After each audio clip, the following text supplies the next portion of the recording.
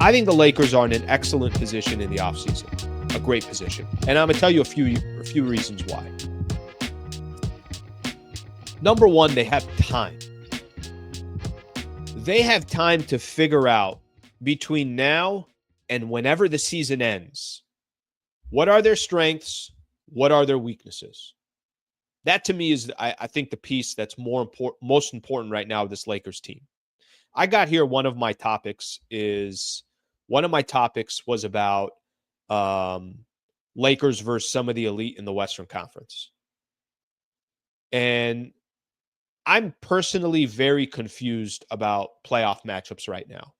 If somebody came on here right now and said, I like the Lakers over the Grizzlies in a 7-game set, I'd say, okay, all right.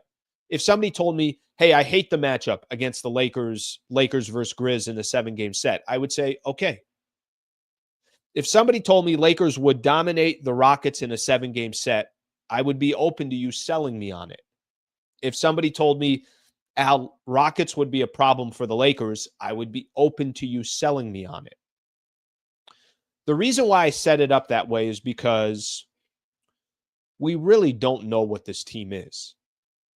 And we're not going to know for a little bit. And we're not going to know what the strengths are and what the weaknesses are. I think we have an idea. Obviously, they can use more size. Another lob rim protector would be phenomenal. A lob threat and a rim protector would be phenomenal. I think we all kind of know that. We understand that. So to go back to your question here, Don, about the offseason, I think that's one of the great things that Pelinka and the front office has between now and the time you get to the summer. There isn't this crazy pressure that you have to win right now. I believe that go win a round, make some noise. Maybe you do make a run this year, and it was unexpected. Maybe OKC got clipped in the first or the second round, and you find yourself in a position where it's like, oh my God, they're back in the Western Conference Finals. Maybe the Lakers are an awful matchup for Denver with Luca.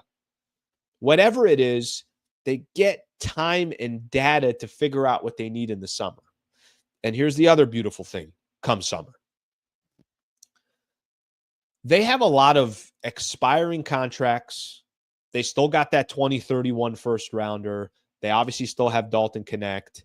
So I think they got some assets that they can work with.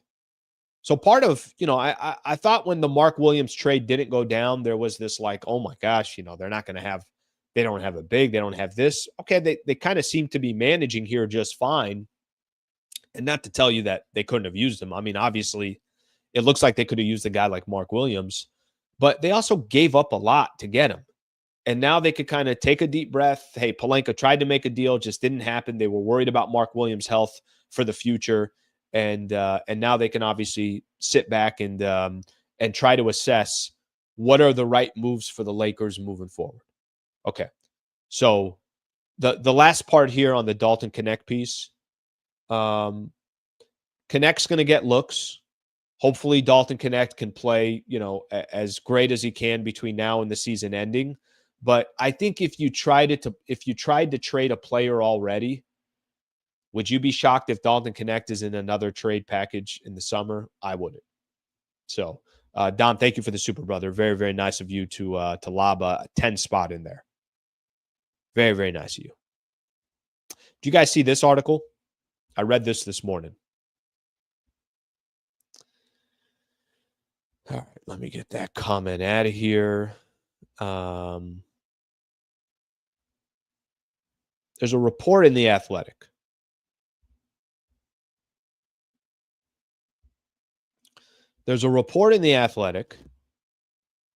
This is from Sam Amick. I'm going to read it word by word. Okay? Make no mistake. The people who witnessed Luca Doncic's last days in Dallas do not paint a flattering portrait of the 25-year-old's professionalism.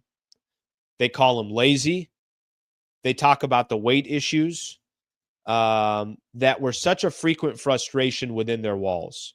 They mention the social habits that The Athletic has reported on, such as a taste for beer and hookah, which has been a point of concern for NBA types since he was 19 years old, for Real Madrid, who was entering the NBA draft. They predict his basketball demise, highlighting a health history that, as some see it, will likely lead to catastrophe in the next 5 years or so. Those are quotes from Sam Amick in his article in The Athletic. So some more smearing here for Luca Doncic on his way out the door.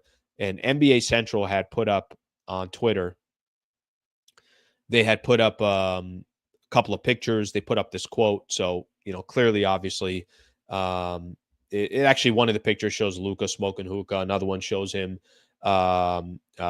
drinking a beer. And anyways, that's the quote that's there. So this is another one of the storylines, guys. Let me tell you this, and I know, I'm sure there's going to be a lot of Laker fans that are, obviously going to be protecting Luka now that he's a Los Angeles Laker and saying, come on, this is ridiculous. The guy is still going to drop 32, 9, and 9. And I don't think anybody's questioning that. I think Dallas had their reasons why they felt like they needed to move on. Do I think it's the wrong decision? Sure. Did Dallas maybe feel like, listen, we're never going to get the best version of Luca Doncic because he feels like he can kind of just do whatever the hell he wants here. And he, thinks that they're never going to trade him. He's the king here. Everybody loves him. Oh, by the way, he's also, his numbers are also putting up like, guys, whatever I do, I'm still delivering. So what do you want me to do? If I'm delivering, I'm delivering. I think we've already talked about how they've kind of tried to smear him on his way out. So I'm going to kind of leave that alone. It is what it is. They traded him for whatever reason. But I will say this, and I know I've said this before on the show, and I'll say it again. If Luka wants to be the best version of Luka, I think it's clear with everybody. There's certain things in his life that he's going to have to eliminate. If you do look at just the player that's on his team right now in LeBron James and kind of see that here he is at age 40 still doing what he's doing, and I'm not telling you Luka's got interest of playing till he's 40 years old. Maybe Luka's one of those players at 35, he's like, I'm done. That's plenty of time in the NBA. That's 17 years in the league. Remember, he got in at 19 or whatever the case was. I do think that Luka's in such a good position right now to where this should be a little bit of a wake-up call for him. This should be Luka that, as a Laker, the expectations are going to be different and there's going to be pressure and this and blah, blah, blah. This kind of comes with the territory. I do think for Luka, it's kind of his chance to prove everybody wrong. It's kind of Luka's chance to also say to himself, I'm going to be in the best shape I've ever been in my life. And maybe I've been able to do what I've done and not be in the best shape of my life. Well, that stuff's over.